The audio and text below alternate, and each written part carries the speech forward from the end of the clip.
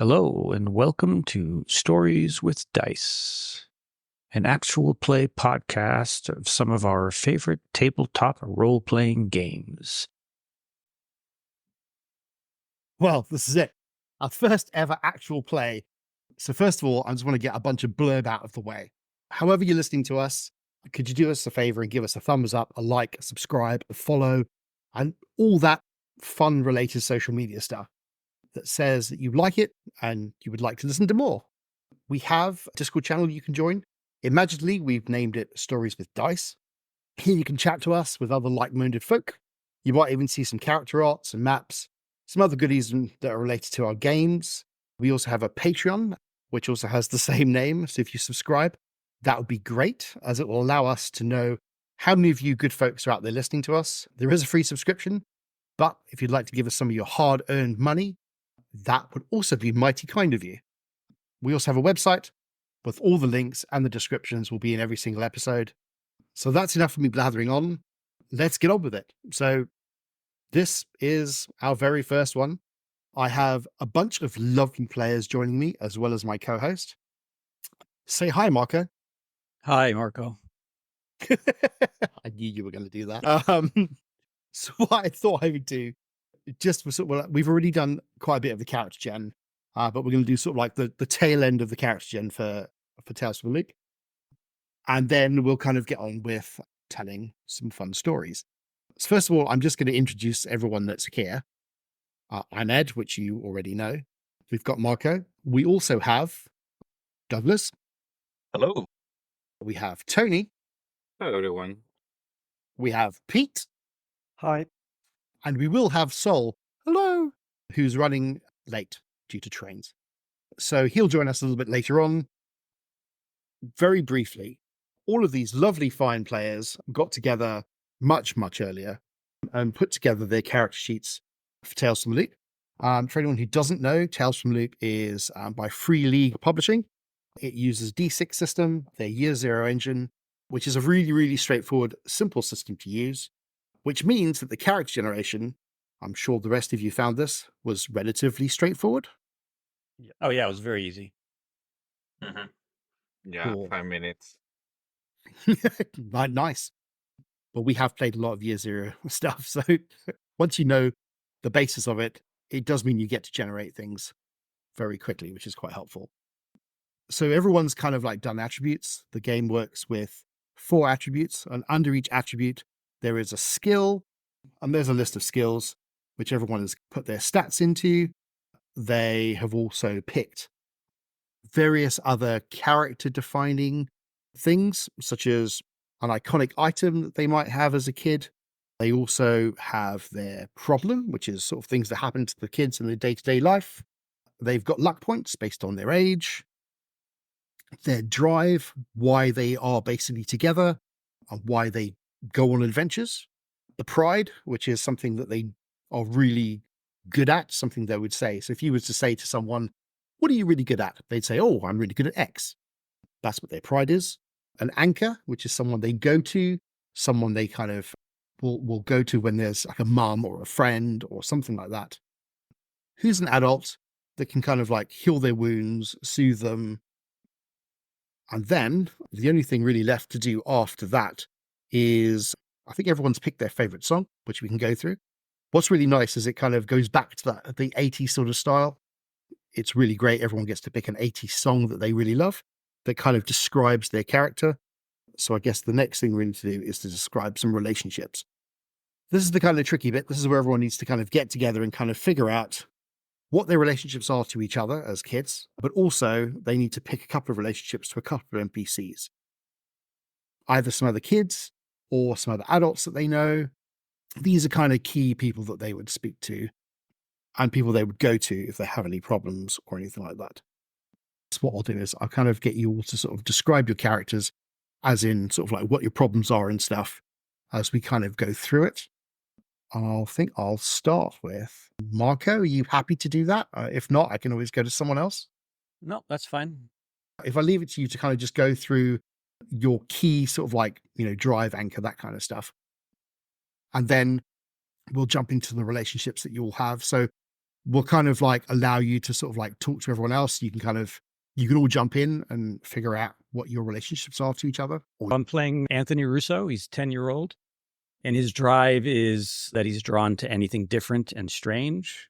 I should say also that the character type that I chose is weirdo. His problem is that his parents are always fighting, and that's because his older brother, we're coming up on the 1-year anniversary of his older brother having disappeared. And his father's job transferred him to Sweden. So like his brothers went missing in the United States. And now, almost a year later, they're living in another country. So that's taken a toll on his parents, on their marriage. So they're always fighting. So his home life is lousy.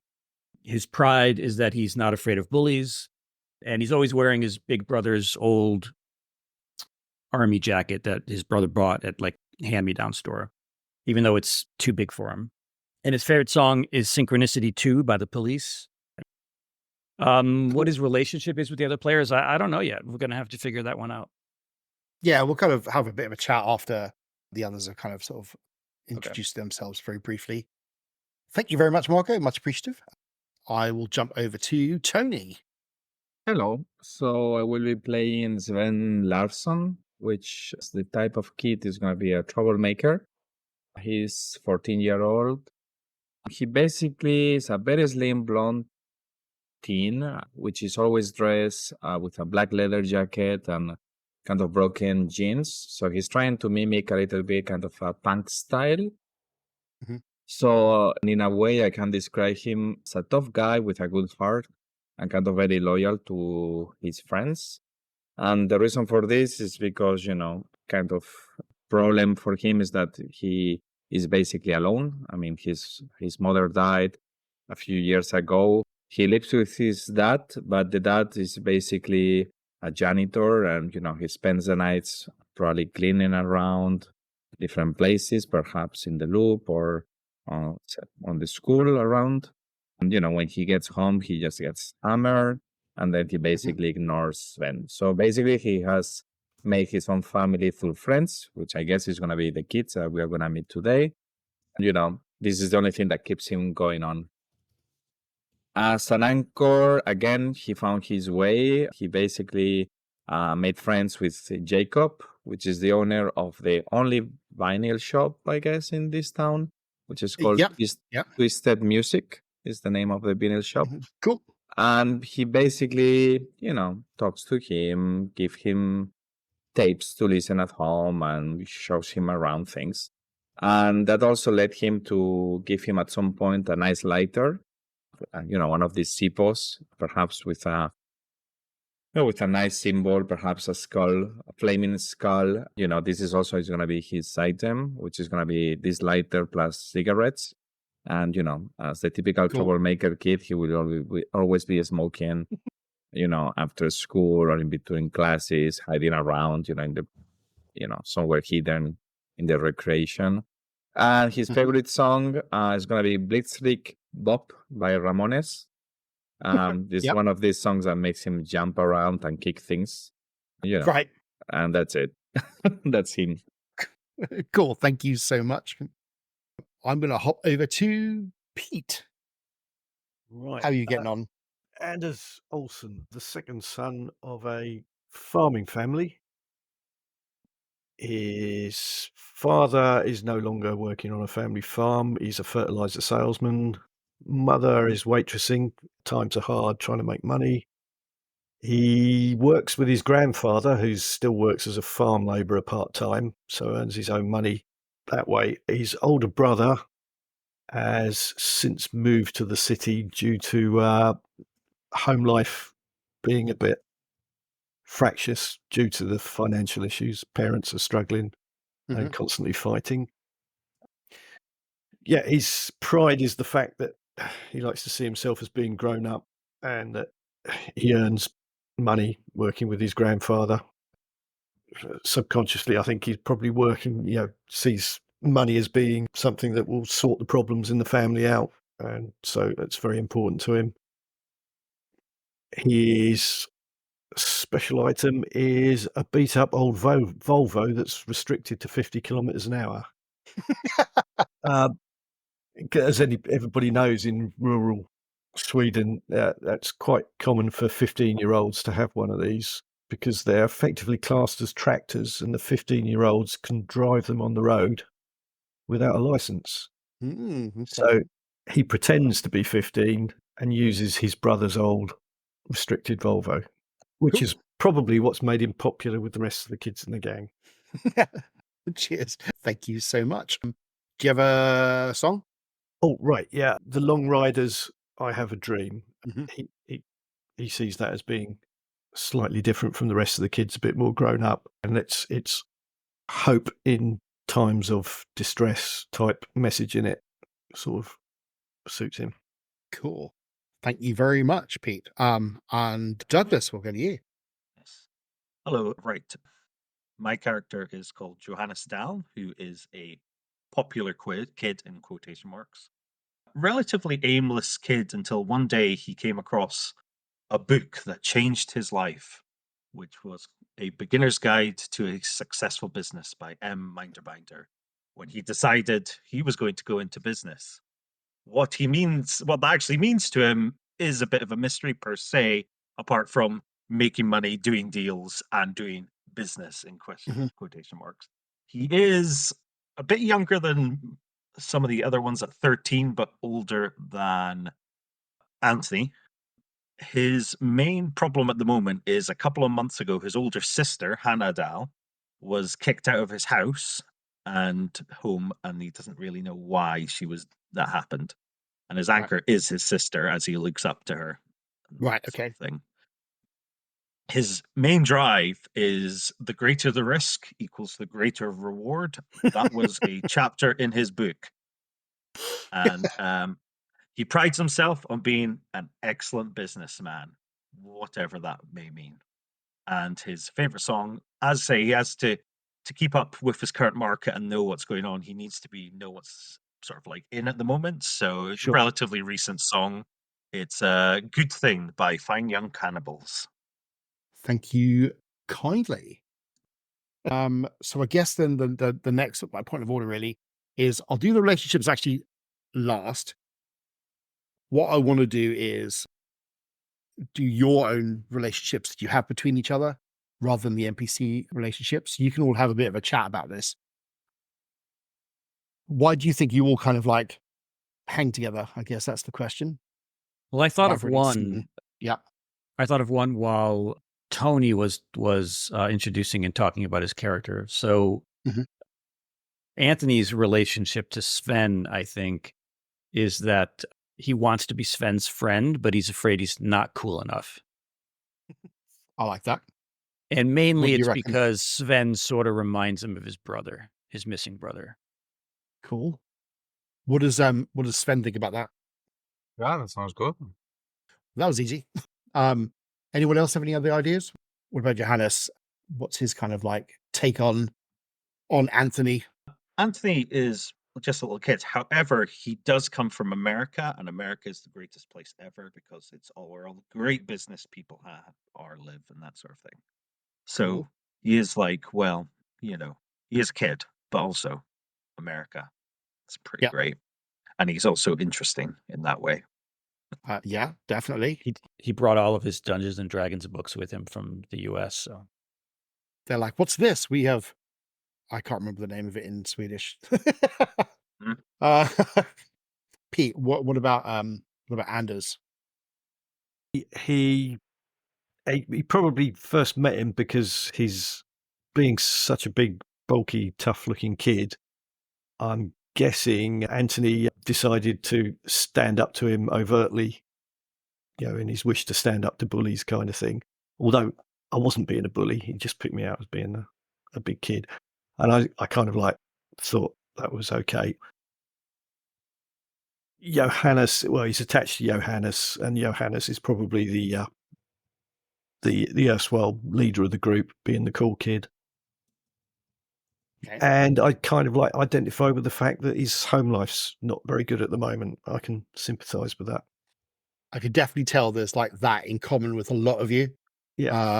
which kind of makes sense as to why you're all sort of like hanging around. So interestingly, for anyone's listening, that because Anthony's sort of like a good 3 years younger than everyone else, although in the Swedish school system, he would only be like 2 years behind. So it's not a massive gap. So that would make sense. So that seems quite cool. Who have we not done? So how about, I guess, Sven and Anders, Sven and Johannes? What do you Well, reckon there? Anders probably quite likes Sven because he's out to make money and he seems to have ideas for making money. And making money is what I think is going to be the solution to all my problems. So Okay. any of these crazy schemes he comes up with, I'll try and do my best to help. Cool. Anthony thinks that Johannes is secretly a drug dealer. Little do you know, it's just, Commodore 64, computer games and And maybe some aspirin. knockoff VHSs. I'm not saying no because this is PG-15. Maybe in the next sort of whatever, the flood or whatever, big Yeah. afterwards, it could be a chuck. No, that's cool. Um, So as a group, why do you think then you've all kind of like managed to sort of like gravitate towards each other and hang out with each other when you've got the time and you're not having to do all the school stuff and everything else? based on everyone's Oh. relationships, the sort of follow through so that most of them seems to be is money. Weirdly. Money and kind of like replacing someone, I guess, Yeah. from someone else. The money will solve our problems somehow. And Sven perhaps is following these guys because, as you say, you guys know how to do business and get some money. And I'm kind of the mascot, perhaps. And kind Yeah. of, you pay me something of this. And I kind of defend you against the bullies and the other kids from the school. And you gave me enough money so I can buy mixtapes, vinyls, and things like this. So I'm cool with it. You have access to music cassettes and stuff that I might not be able to necessarily get, and I can Yeah. sell those mixtapes that you make on to other kids. Sounds you like are. a good plan. I like that. Okay. So I guess then that leads on to your hideout. So as a group, where do you hide out? So the key thing in Tales from the Loop, the hideout is a place that you can go and be safe. NPCs cannot find you. Family can't find you unless it's something good, like to take you home. But while you're there, you're safe. You can sort of like heal up. You can kind of recover any kind of like stress and sort of like, scratches, scrapes, all those kind of things. It's the place that you all find home. It's that clubhouse that we all had, well, probably most of us had as a kid, whether it's at the bottom of the garden, because you've got a whole island in Sweden to kind of do that. And the sort of like the fact that it's an alternative 1980s, there is a lot of old technology that's laying around, whether it's like an old big massive robot that's been hollowed out that you now kind of sort of like have turned into a clubhouse.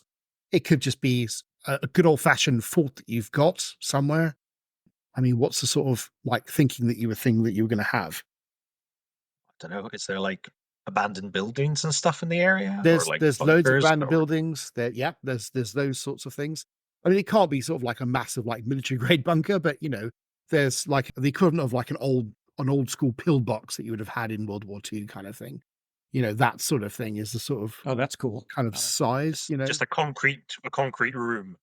Yeah, it could be a concrete room if you want it to be. It can be like an old. So I don't know if you've seen any of the artwork. There's a couple of like really nice sort of like large round spheres that kind of like just have popped up in the various places.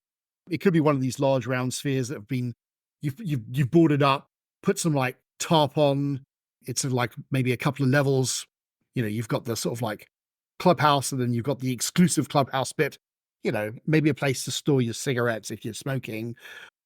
I was Or- kind of thinking of a warehouse, one of these big empty warehouses, and perhaps there has one of these offices that is kind of elevated with glass and things like this. And we actually made the hideout there, and we have music, and we have electricity, and we can actually be there if we want to. I mean, Yeah, that sounds interesting.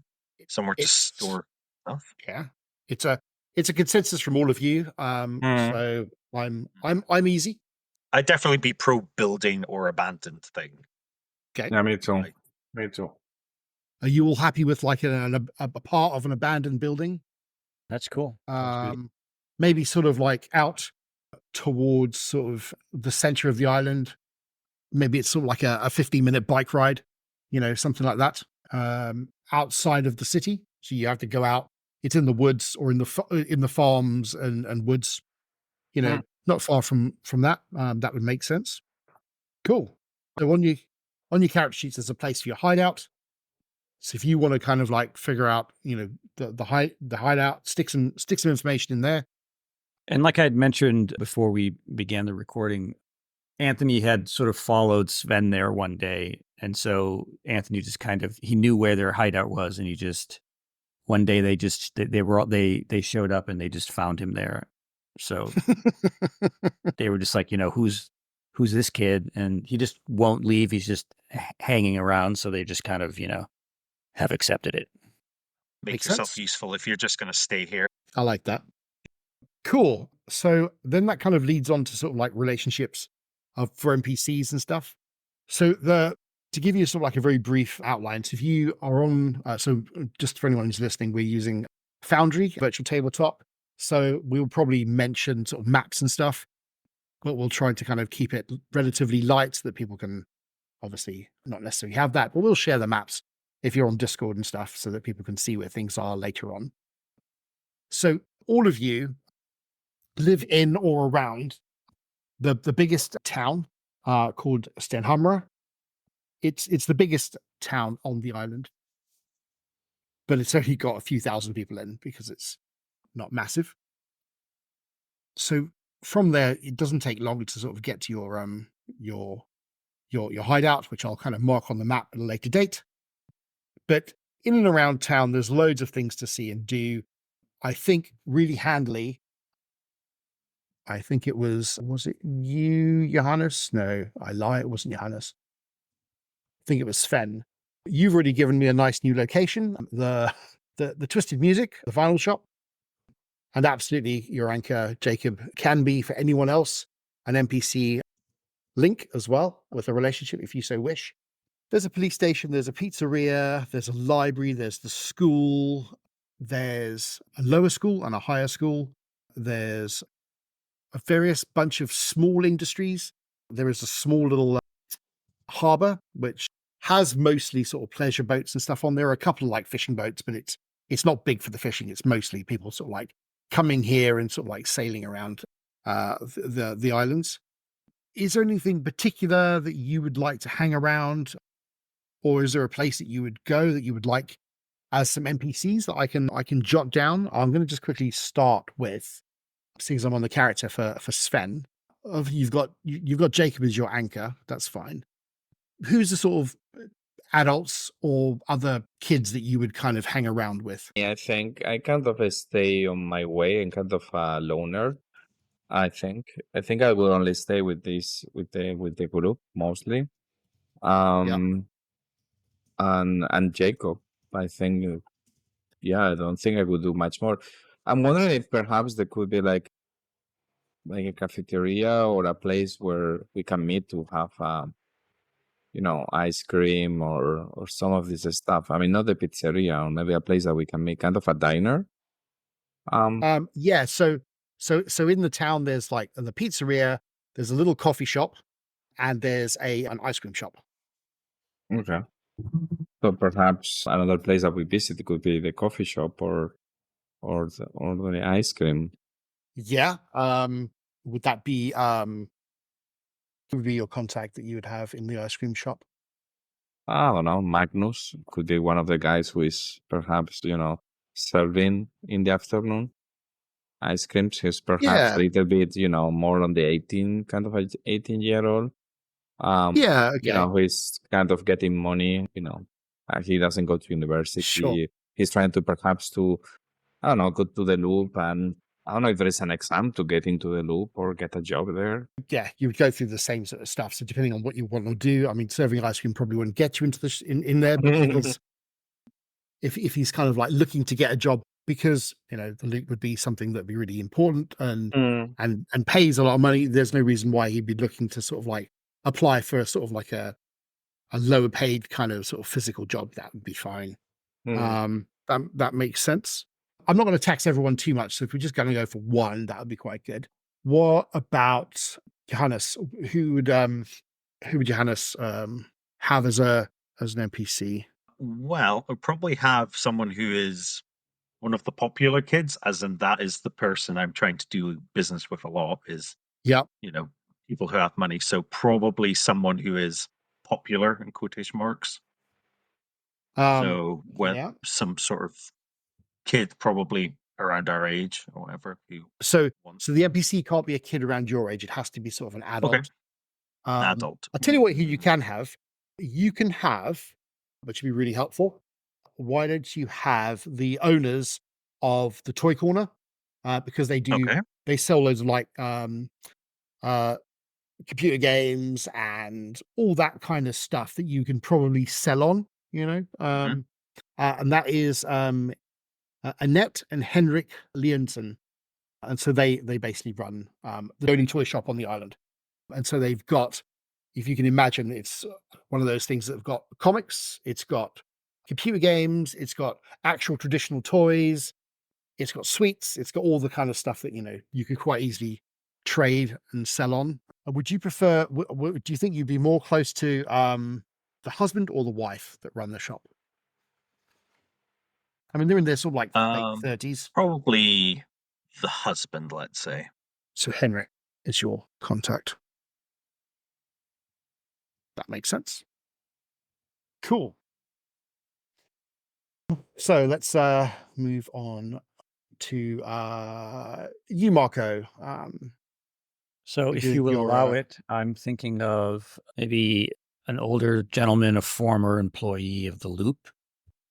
Let's call him Simon Stalinag, just as a shout out to the creator of the Loop universe. Sure, why not? And what does Simon do? Well, he's a former employee of the Loop, and since my father works for the Loop, and I believe that the weird things that go on in and around the Loop and because of the Loop had something to do with my brother's disappearance, I feel like Simon might be able to tell me things, Okay. right, about that might like point him in the right direction to sort of solve the mystery of what happened to his brother. Okay. Cool. And then last but not least, it's Anders. I was maybe thinking the respectable either farmer or farm manager, estate manager, who Yep. my grandfather and there before me do work for. Okay. Yeah, there's a guy that probably has like a bunch of warehouses and farms, sort of like a bit of a property developer, maybe something like that. Got a name for him? Oh, hadn't thought about that. Leave that with me. I'll see if I can find Yeah. a name. Yeah. So that's kind of given us a bit of a background on each of your characters. I don't think I've missed anyone, have I? The only person is Sol, who's not here. So that's your kind of characters. That's the sort of like generation. And that kind of takes us to the end of character gen. There isn't much else to kind of really do. You've done all the other bits and pieces. We'll have a description of the characters in a bit as soon as we sort of like start the story properly. But I thought I'd just take the next sort of like 10 minutes to discuss a few bits and pieces. I think I put this in our Discord while we were chatting. Basically, what we're planning to do with the adventures and the sessions. And I've kind of said to everyone that if you think of it like films, we're kind of looking at a rating of 15. There's some stuff that happens that's fairly adultish, but it's not horrendously a gore fest. I don't plan to do anything terrible with sort of like, anything sexual. You're a bunch of kids. That's way off the table. So really, I just wanted to find out from all of you if there was any kind of like hard stops that we would kind of say no to.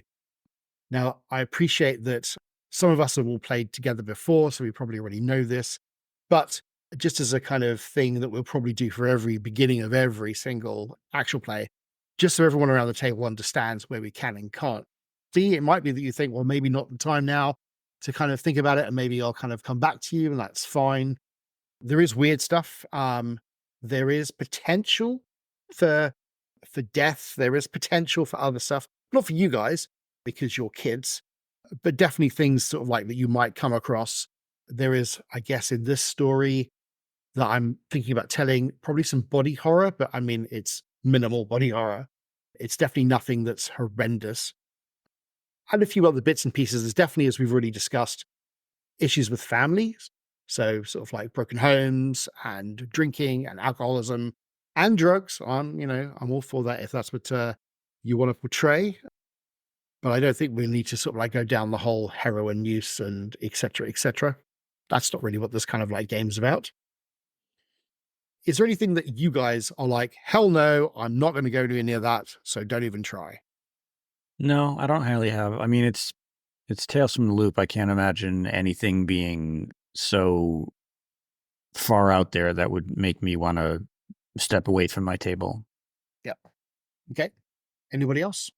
Yeah, same from my side. I mean, I don't think I will have any hard stops so far. In any case, if I have one, I will let you know. So no problem about Amazing. this. Yeah. Brilliant. Pete? We're doing the Yeah, 15 sort of age rating, then Yeah, Douglas, that's right. Yeah. So it's, you will see stuff. There is like blood on screen, but it's like very minimal and Mhm. cuts and scraps and, things that are really horrendous happen slightly off screen. So, that's fine. Pete, did you say everything was good for yourself? Yeah, everything's Okay, cool. If obviously you want to stop, just please say stop, and we'll take a break. I'll come back to it 5 minutes later, and then we'll just move on with the story. So, Tales from the Loop. It's an alternative world of 1980s. We have a date. In fact, I handily created a simple calendar for everyone. I created it was on Foundry. So it's Monday, the 30th of March, 1987. So it kind of gives you a good idea. Where were you in 1987? You are all in the Malaran Islands, which is about a half-hour, 45-minute drive from Stockholm in Sweden. The Malaran Islands consist of 3 main islands, a large island that you live on. You've got another smaller island where the loop is. I'll explain that if you don't know what the loop is at the moment. And then a slightly smaller, wilder island off to the side of that. The loop itself is this massive reactor that they have, which is under the ground, very much like the CERN Hadron Collider.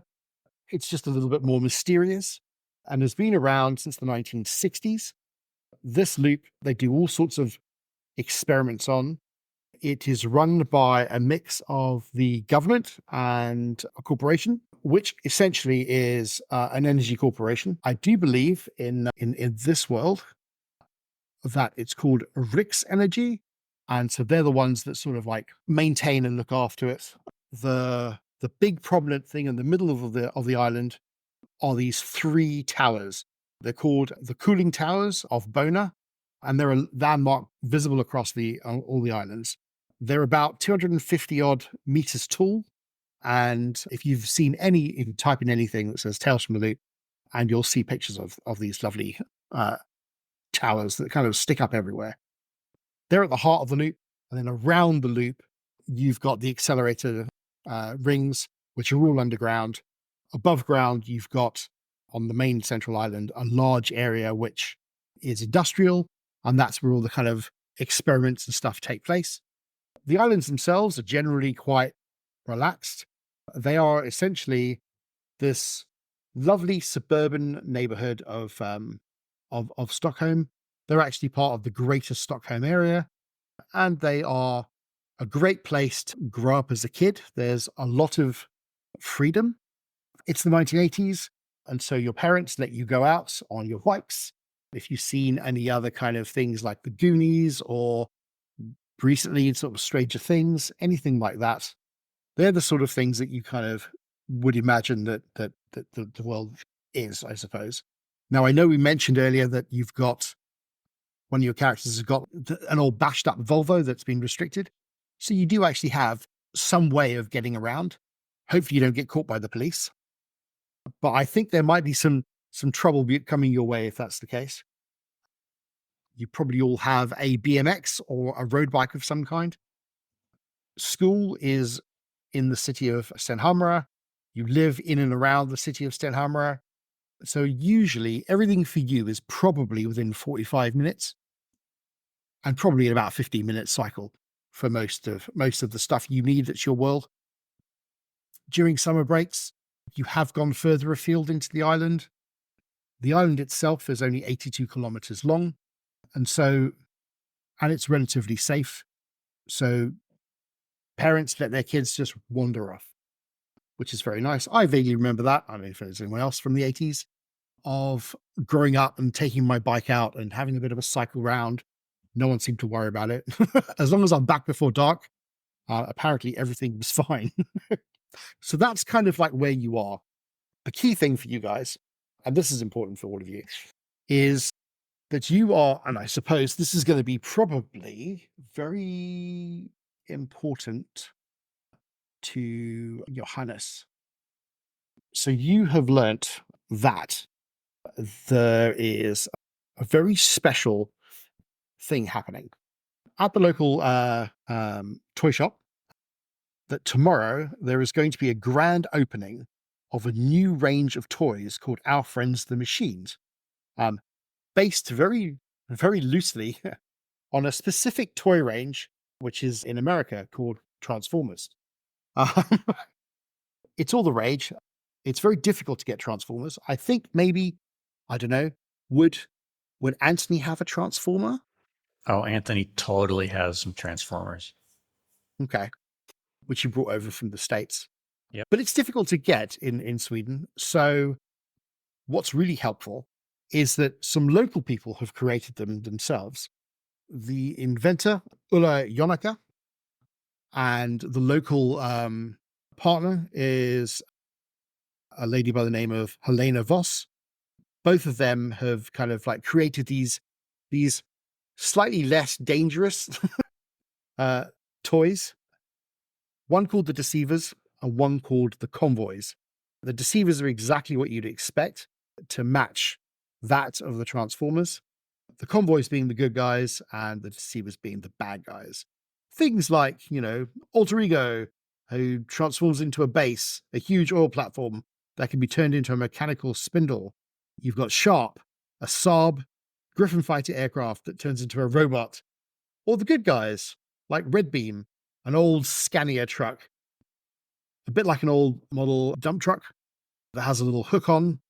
All the good kind of like vehicles are sort of like sedans and, a police car and a Volvo fire truck, that kind of stuff, where the bad guys are all sort of like nail guns or military helicopters, that kind of thing. And apparently there is going to be a very special release tomorrow.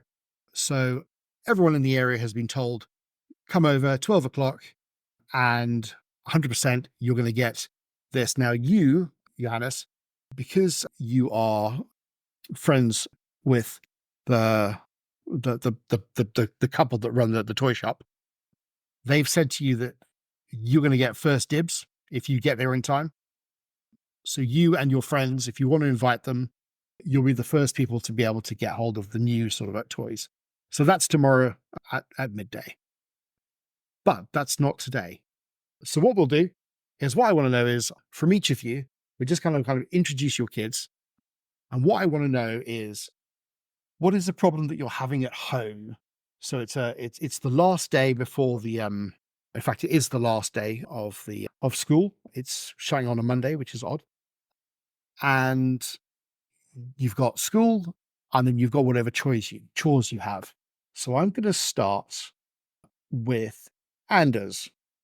Can you give me a problem that is happening at home? If you can imagine a day-to-day life of Anders, what is it that he would be doing sort of like midday-ish? Are you at school? Are you at home? Has your grandfather sort of like taken you out of school a day early? I mean, what's the kind of like plan for Anders? Yeah, I probably have left early to get ready for doing some work with grandfather. and I probably got home to hear arguments, raised voices, mothers having to take on extra shifts at the bar. Father's not happy about it, but money problems. So I'm just keeping my head down. What do And you normally do when your parents fight? normally get out the house. Where would you normally go? Probably the house is on the edge of the town somewhere. Mhm. Probably either wander into the country, maybe wander into the town, see if there's anybody I know around, or if I know grandfather's about not working, I might head over and see him. Okay. So you kind of leave to your mum shouting, "Where are you going? Come back here now." Yeah, I'll Presumably just you ignore run that. off. Okay. Yeah, you run off to your grandfather, who is, what does he do for a hobby? It's probably tinker with old machinery. Okay. Yeah, he's probably got an old vintage Volvo that's his pride and joy, and he Mhm. pulls that together. He used to have an old tractor, but he can't keep that where he is now, so he's stuck with the Volvo. But he's probably got a shed full of bits and pieces, old carburetors, gears, cogs, stuff like that. Okay. Probably just pootling around in there, sorting things out. Sure. Do you find that you kind of like it calms you down by helping poot around with your grandfather? Yeah, just hang around. I pick up bits of information when he's asking me to hand him things, and maybe working on the car. Excellent. Cool. Thank you very much. Anthony, what Yes. are you doing on this midday on the Monday? You in school? I take it you are. Yeah. He's gone to school. It's better than, he actually probably left earlier than he needed to. His Mhm. parents had another blowout fight, and his father's been working later and later to avoid having to deal with the issue that he has with Anthony's mother, or the issue that the two of them are having. And when he does finally get home, he sleeps on the sofa. So yeah. And Okay. they had an argument this morning when she came downstairs and saw him there. So he was just like, yep, boom, put the headphones on, got his Yep. Walkman, got his books for school, and he just bolted out the door. Okay. So when you go to school, what is your least favorite subject? Math. Math. When you get to school, it turns out that the very last day of school, you have got a math test. How easy do you think you're going to be doing maths? Oh, Considering he's you a terrible test taker, so he's gonna panic. He's not gonna do Right. well at all. Okay.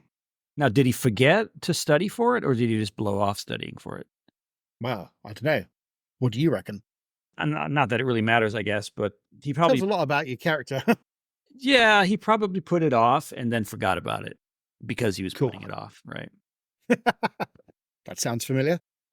And I'm gonna jump across to Sven. Okay, so I basically do whatever I want. Okay. Since my dad is sleeping during the day most of the time and he doesn't Mhm. care at all. So my guess is that I perhaps went to school, I don't know, the first 2 or 3 hours.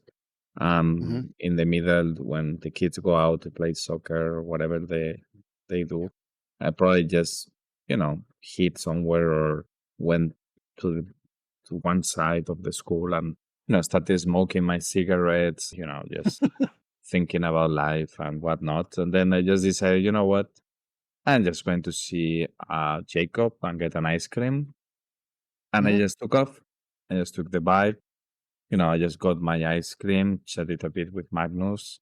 And then, perhaps I'm just in Jacob's store listening to Yep. some vinyls. He just gave me a selection of the new releases and I'm just checking them out. I'm going to Okay. spend the whole afternoon here. Nothing more, nothing less. Okay. When you get to the ice cream shop, Magnus is not around, and there's somebody else that's serving you ice cream that you don't know, and that kind of puts you off your stride. Um, you're like, "Oh, right, okay." His name is Eric, and he is not as fun or as nice. He's sort of like in his early 20s, you're just a kid to him, so you're not cool or anything.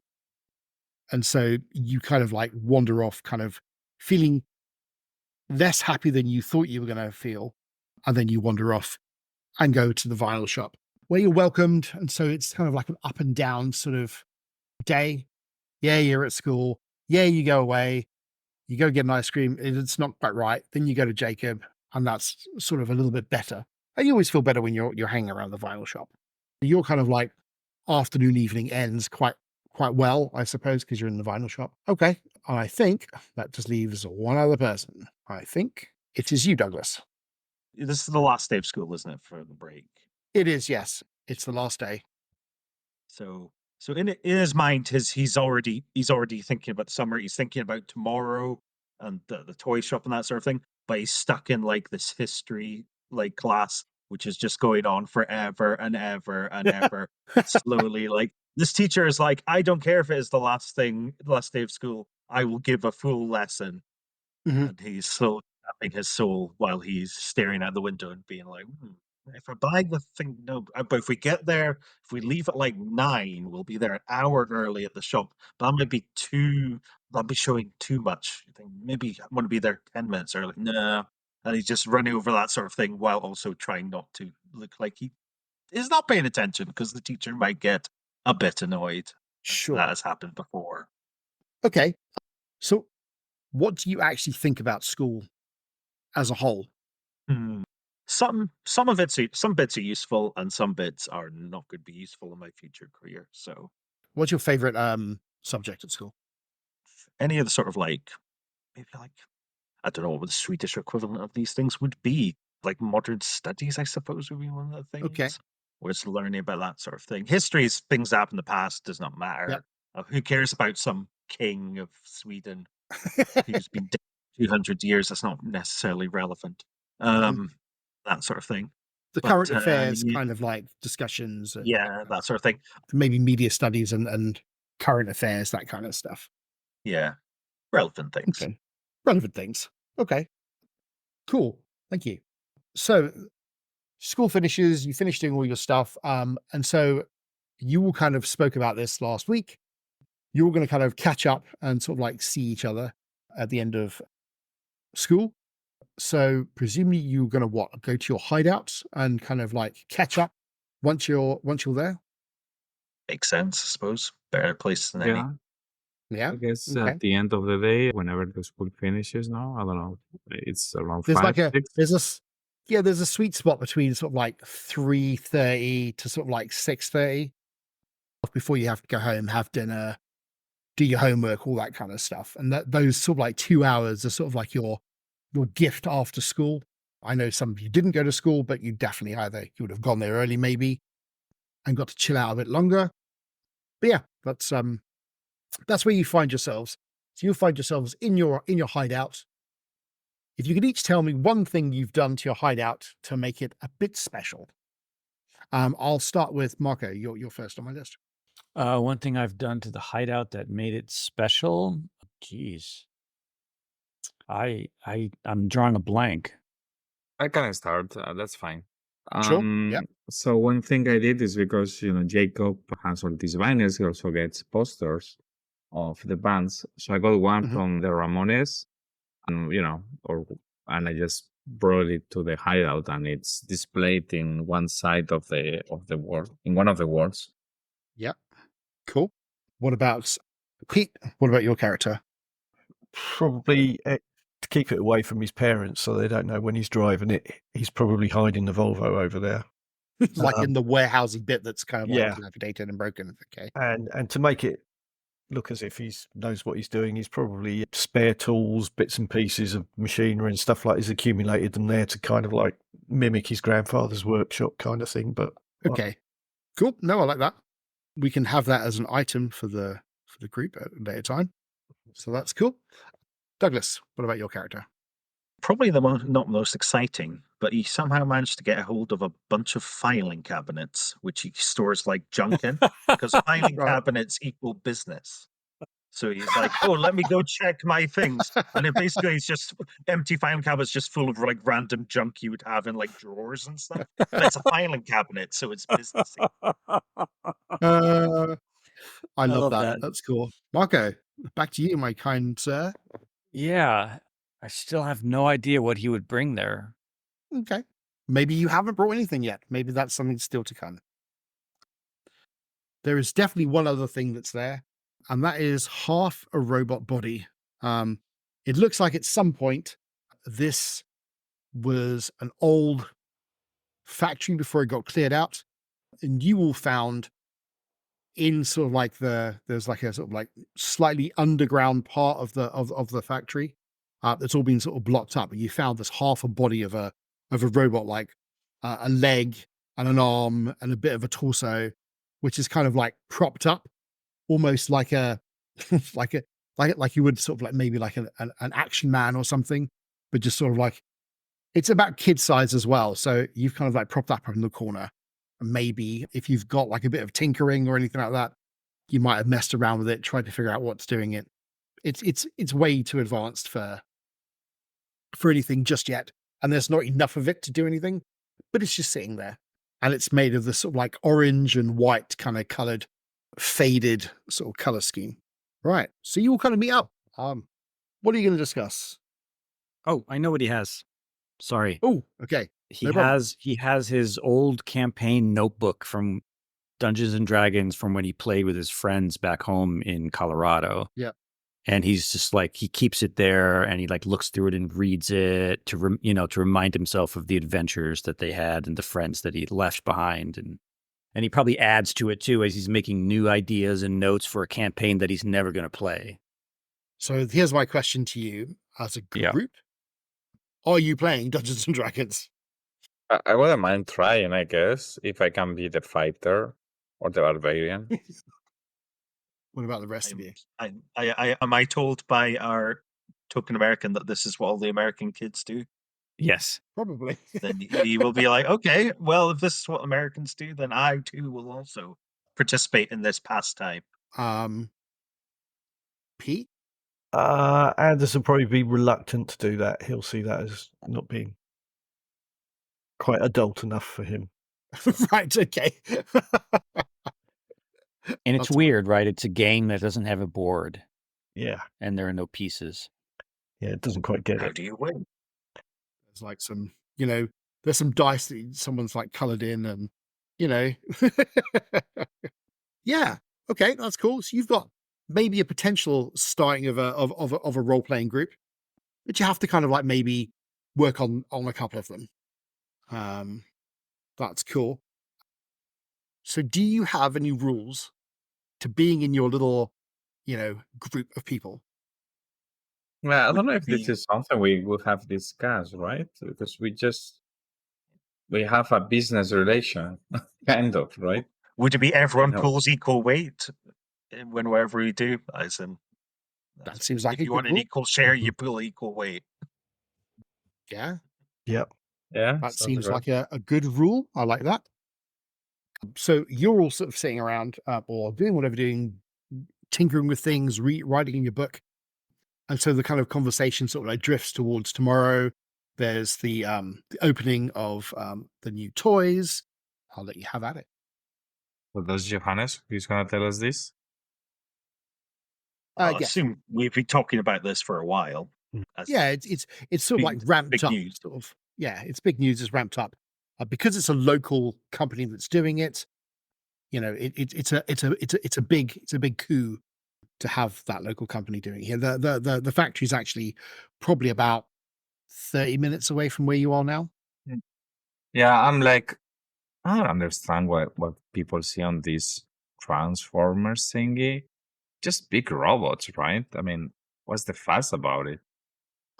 Don't really get it myself, but they like it, and that's what's important. It's just a knockoff of the Transformers, man. You Ah, take what you can this get. is not the real Transformers? What do you mean? No, man. Are you kidding me? It's not the real Transformers. They don't have Optimus Prime and Bumblebee. Who do they Come on, have? the Deceivers. Man, that's just the Decepticons, man. It's not original. Maybe they'll be better. Who knows?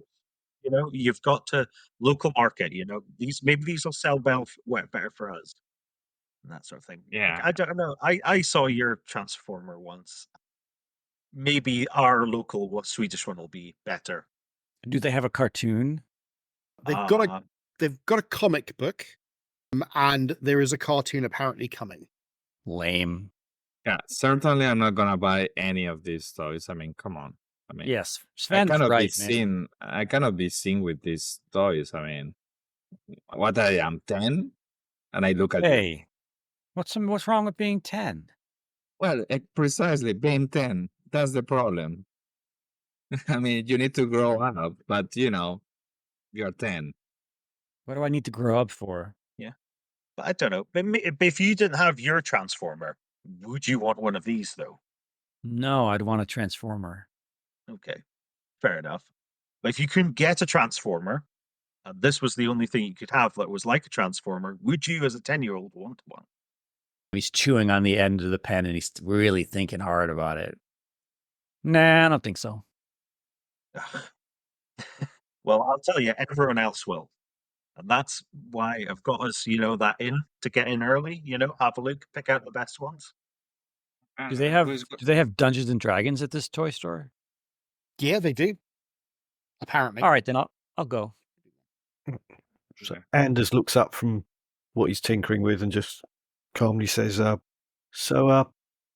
should we go for the ones that nobody likes? Like those Star Wars toys.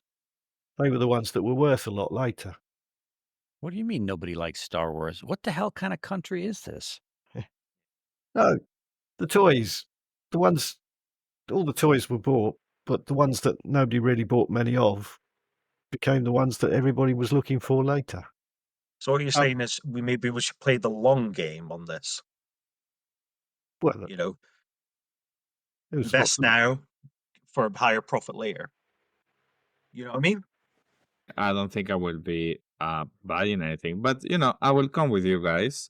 If there is business to be made and I can get a cut, I will make sure that no other kid hits you, and you can take the best pick of these Transformers or whatever they're called. Did they say what time we had to turn up early? So 12 o'clock is the release date, but the release time. But if you wanted to turn up at 11:30, then obviously you can get to the front, and they'll kind of like let you get there before anyone else. Okay. So my question is, who actually has money? So, well, first of all, none of you have a job, I'm guessing, apart from maybe Anders might have some money. Yeah. But the rest of you don't. And I'm sure that Johannes would like to think he has money. I make excellent profits on my transactions, percentage-wise. Anthony probably has like some allowance money in his pocket. Mm-hmm. Okay. Yeah, and I'm guessing I steal some money from my dad. There you go. Oh, okay. Yeah. Okay, cool. I think my family's relatively middle class, so sure. So do you think that Johannes would have done some research into these toys and machines and things? And yeah, I would say he would probably have looked into seeing which ones will be the most of interest. Would you like to make a comprehend roll? So the way this works in the Azure engine, you have your attribute, and which I believe for you is mind. Do you have any points in the skill comprehend? I have a 1 in comprehend. Excellent. So the 1 gets added to the 4, and you'd be rolling 5 dice. Now, because we handily have the wonderful world of Foundry, you just have to click on comprehend, and it'll roll some virtual dice for you. Right, I will roll some dice. And what you want is 6s. That is not 6s. That is complete failure. That's a lot of 1s. Thankfully, unlike other Free League games, lots of 1s doesn't mean it goes horrendously wrong. It just means you fail. So, absolutely, they are a knockoff version of the Transformers, or GoBots, or the equivalent of. So anyone going, oh, I remember GoBots. They are I remember basically GoBots. made. Yeah, I mean GoBots. I mean, 80s-tastic. Yeah, so the stories and everything that they've come from was written by a person called Ulla Jonaka, very much inspired by the Transformers and the GoBots. You probably know enough that a lot of the sort of like characters are turned into either Saabs or Volvos, because surprisingly enough, they're heavily supported through finance by Saab and Volvo, as well as a couple of other small contributions from other sort of like state companies. You know that they were all designed by and engineered by the name of Helena Voss, and Ulla Jonaka is basically the person that's kind of like on all the kind of like comics and everything else. The general gist is the convoys are the good robots and they fight for freedom, equality, and human rights. The deceivers are evil robots fighting for supremacy, strength, and exploiting both natural resources and the working class. There is a lot in the stories around civil union and workers' union rights, because at this time in Sweden, there is a lot of that sort of like socialism kind of kicking around. The leader of the convoys is Equius Optimus, and the leader of the deceivers is Megaton Prime. Oh, this is such a ripoff. Oh, yes, thank you very much. So they're all turned into humanoid shapes. They're about 15 inches high once they're sort of like turned into robots, and they all sort of turn into random things, as I mentioned earlier.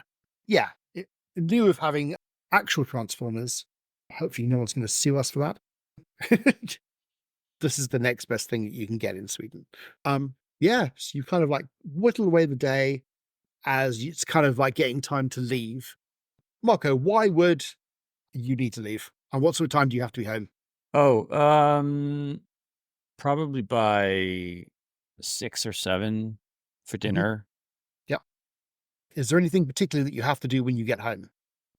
You know, probably his parents have been on his case to clean his room, which he hasn't done. So that's probably something he needs to do, or that they expect him to do when he gets home, but he's definitely not going to do it. Sorry, Mom and Dad. Tomorrow.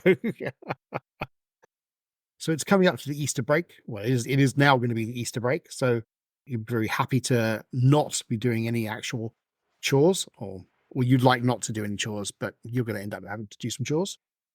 What about you, Douglas? What's your kid going to do when you get home? What time do you have to get home? Probably the same as Anthony, 6 or 7 for like Yep. dinner and that sort of thing. And Yep. then he'll probably have random chores plus extra chores now that his sister's not around that she would maybe normally do. Where is your sister? She is staying she's about 18. She's staying Yep. at a friend's house Right. at the moment. Okay. So what's her plan? She's 18. What's her plan in life? Is she kind of like going off to university? Is she staying in the area? What is She kind of gonna get a job? had plans, but she doesn't really talk about stuff. She's got like a sort of like minimum wage job somewhere doing just like 9 till 5 stuff and just crashing on the couch at the moment. Okay. Cool. Thank you. Tony, what's your kid doing? Well, Sven doesn't really have a time to go back. He can do whatever he wants. He does whatever he wants. Yeah. But he will probably leave at the same time as these other kids because, he still wants to eat and watch a TV show on TV.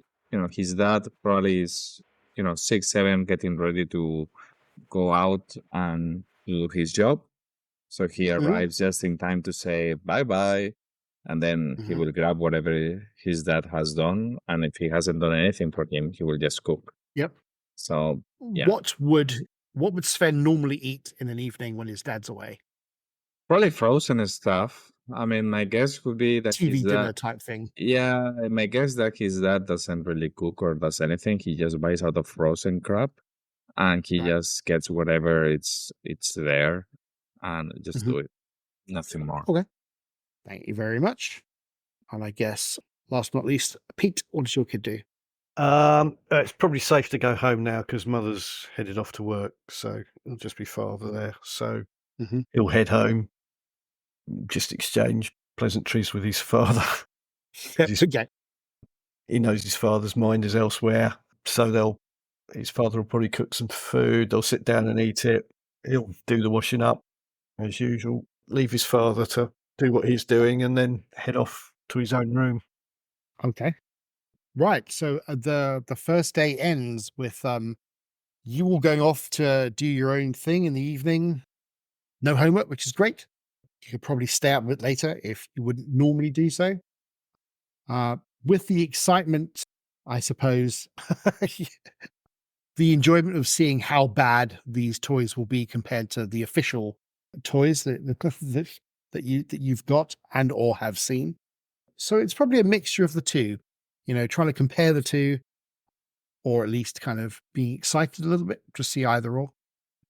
At the very least, it's something that you could do on your very first day of the Easter holidays. When have you arranged to kind of meet up somewhere beforehand in town, or are you going to just meet at the shop? I would say in front of the shop at 11, no? Yeah, that What makes do you want sense. to do? Yeah. Sounds good. Okay, that sounds like a plan. So you all kind of drift off to sleep in thinking about what tomorrow is going to bring and the fact that you don't have to be in school, which I think seems like a reasonable place to leave it for our very first session.